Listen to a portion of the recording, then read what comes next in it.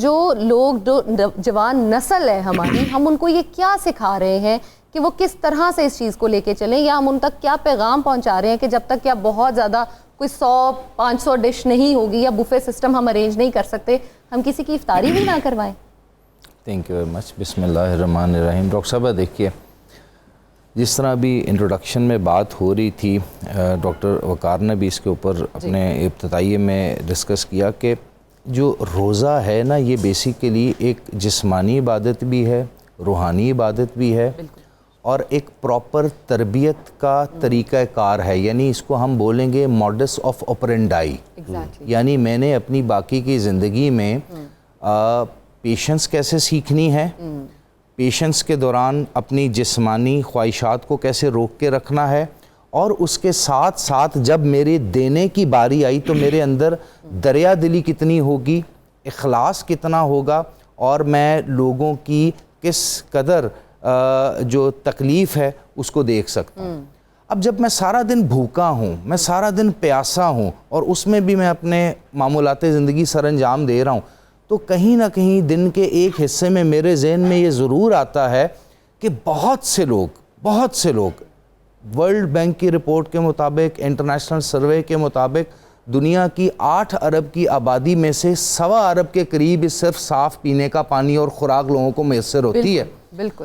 سو میں یہ فیل کروں گا کہ پوری دنیا میں بہت سے لوگ ایسے ہیں جو پانی بھی نہیں پی سکتے. اچھا، جب ان کو پانی دیا جاتا ہے تو وہ بھی صاف نہیں دیا جاتا. پھر خوراک تو ایسا ہے کہ فوڈ انسیکیورٹی اتنی زیادہ ہو چکی ہے کہ 4 ارب لوگ اس وقت پوری دنیا میں دوسرے یا تیسرے ٹائم کے کھانے کا ان کو علم نہیں ہوتا، اور بعض اوقات ان کو وہ کھانا یا وہ خوراک تیسرے چوتھے دن میسر آتی ہے. اب یہ انٹرنیشنل سٹیٹسٹکس ہیں. اب جب میں اسلامی شعار کو دیکھتا ہوں، اپنے آپ کو سارا دن بھوکا دیکھتا ہوں، اپنے ہونٹوں کو خشک دیکھتا ہوں، اپنے سارے کام بھی کرتا ہوں، تو کہیں نہ کہیں میرے دل میں یہ فیل آتی ہے کہ مجھے تو اللہ تعالیٰ نے سارا سال نوازا.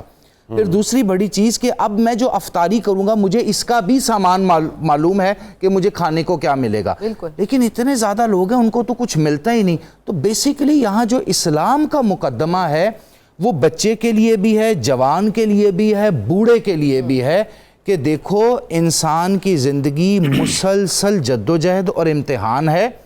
تمہیں اپنے جسمانی تکلیف سے بھی، تمہیں اپنی بھوک پیاس سے بھی اس چیز کا ادراک کرنا ہے، احساس کرنا ہے کہ کسی اور کا بھوک، کسی اور کا پیاس، کسی اور کی تکلیف تم نے اس کو فیل کرنا ہے. اچھا، پھر دوسرے درجے پہ کیا کرنا ہے کہ تمہارے پاس جو بہترین اشیاء خورد و نوش ہیں جو تم کسی کو پریزنٹ کر سکتے ہو وہ کرنا ہے. ڈاکٹر صاحبہ، میں ایک دیہی نظام کا پروڈکٹ ہوں، شہری زندگی بھی گزاری، دیہی زندگی بھی گزاری.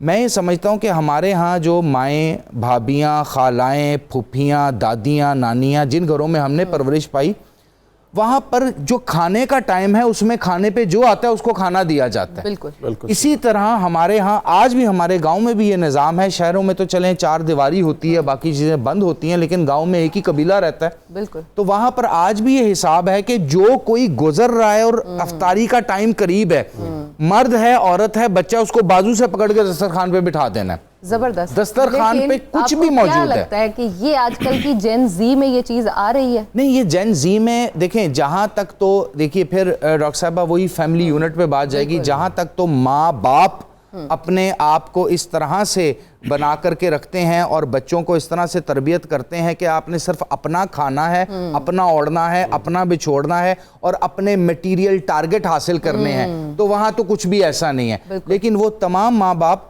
جو اسلامی کلچر، اسلامی شعار، پاکستان کے چاروں صوبوں کے مہمان نوازی کے کلچر اور اپنی تہذیب کو زندہ رکھے ہوئے ہیں، جن میں شرم ہے، حیا ہے، خوف خدا ہے، وہ تو اپنی نسل کو، چھوٹے سے چھوٹے بچے کو بھی، میں ایسے گھرانوں کو بھی جانتا ہوں جو اپنے 2 یا 3 سال کے بچوں کو، ارب پتی مالدار ہیں، 2-3 سال کے بچے کی ڈیوٹی لگائیں گے کہ آج افطاری ہونی ہے.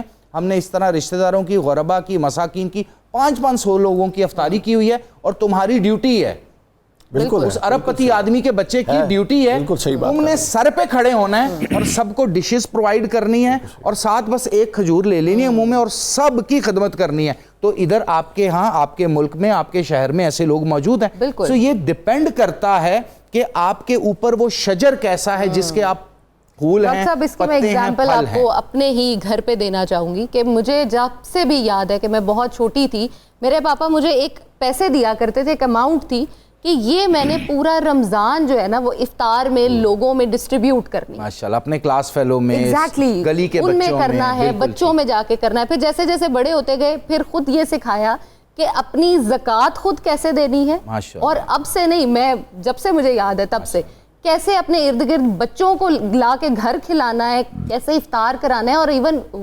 غربا میں بھی یہ بچے کا سٹینڈرڈ نہیں ہونا چاہیے کہ وہ تمہاری کلاس میں ہے یا تمہارے جتنا ہے، بالکل وہ ایسے ہی جہاں پہ بھی ہے آپ نے اس کو لے کے ساتھ چلنا ہے. یہ ڈاکٹر صاحب بڑی اچھی انہوں نے بات کی، اس کے اندر سے ایک پوائنٹ ہے جی شیئرنگ.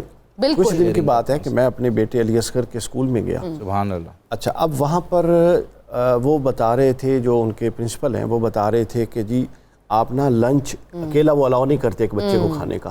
انہوں نے ٹیبل بنایا ہوا ہے، اس پر سارے بچے لا کے جو بھی لایا لنچ رکھتے ہیں اور کرتے ہیں. اچھا، میری ماما ہمیشہ مجھے گھر سے جو ہے نا وہ 4 سے 5 بچوں کا کھانا دے کے اب وہ بھیجا کہتے ہیں کہ سب ہم نے نا یہ رکھا ہوا ہے. دیکھ کے آپ یقین کیجیے اتنی خوشی ہوئی اس بات کی، زبردست. اور ساتھ رونا بھی آیا کہ اب ہمیں اسکولوں میں شیئرنگ پڑھائی جانے دیکھیں آپ ورنہ ایک دور ہوتا تھا کہ شیئرنگ ہمارے کلچر کا حصہ تھی. کہ اگر آپ کے پاس خوراک کم ہے، افراد زیادہ ہیں، اور آپ ایک ہی پلیٹ میں ایک ہی وہ کیا کہتے ہیں چھابا یا چنگیر جس کو بولتے ہیں اسی میں روٹیاں رکھ کے کھانا شروع کر دیں، آپ کے کھانا بھی زیادہ ہو جائے گا، آپ کی بھوک بھی ختم ہو جائے گی، اور 2-3 زیادہ حضرات یا لوگ کھا بھی سکیں گے. بے شک.